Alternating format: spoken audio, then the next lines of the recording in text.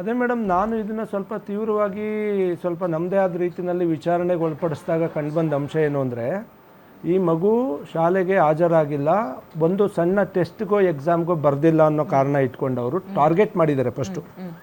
ಈ ಮಗುನ ಫಸ್ಟು ಮನೆಯಿಂದ ಉಪಾಯದಲ್ಲಿ ಕರ್ಕೊಂಡ್ಬಂದಿದ್ದಾರೆ ಕ್ಯಾಂಪಸ್ ಒಳಗಡೆಗೆ. ಕರ್ಕೊಂಡು ಬಂದು ಹೋಗಿದ್ದ ಮಗುನ ಕರ್ಕೊಂಡು ಬಂದು ಬರ್ತಾ ಇದ್ದಂಗೆ ಇಮಿಡಿಯೇಟಾಗಿ ಆ ಚಂದ್ರಿಕಾ ಅನ್ನೋರು ಟೀಚರು, ಕ್ಲಾಸ್ ಟೀಚರು, ಆಕೆ ಏನು ಮಾಡಿದ್ದಾಳೆ, ಜಾಮಿಟ್ರಿ ಬಾಕ್ಸ್ ತೊಗೊಂಡು ಬಲಗಡೆ ಕೆನ್ನೆಗೆ ಪಟ ಪಟ ಪಟ ಅಂತ ಹೊಡೆದ್ಬಿಟ್ಟಿದ್ದಾಳೆ. ಅಲ್ಲಿಗೆ ಅವಳು ಕೆಲಸ ಮುಗೀತು. ಆಮೇಲೆ ಉಪಾಯದಲ್ಲಿ ಏನು ಮಾಡಿದ್ದಾಳೆ, ಕತ್ತುಂಪಟ್ಟಿ ಹಿಡ್ಕೊಂಡೋಗಿ ಕರ್ಕೊಂಡೋಗಿ ಒಂದು ರೂಮಿಗೆ ಬಿಟ್ಟಿದ್ದಾಳೆ.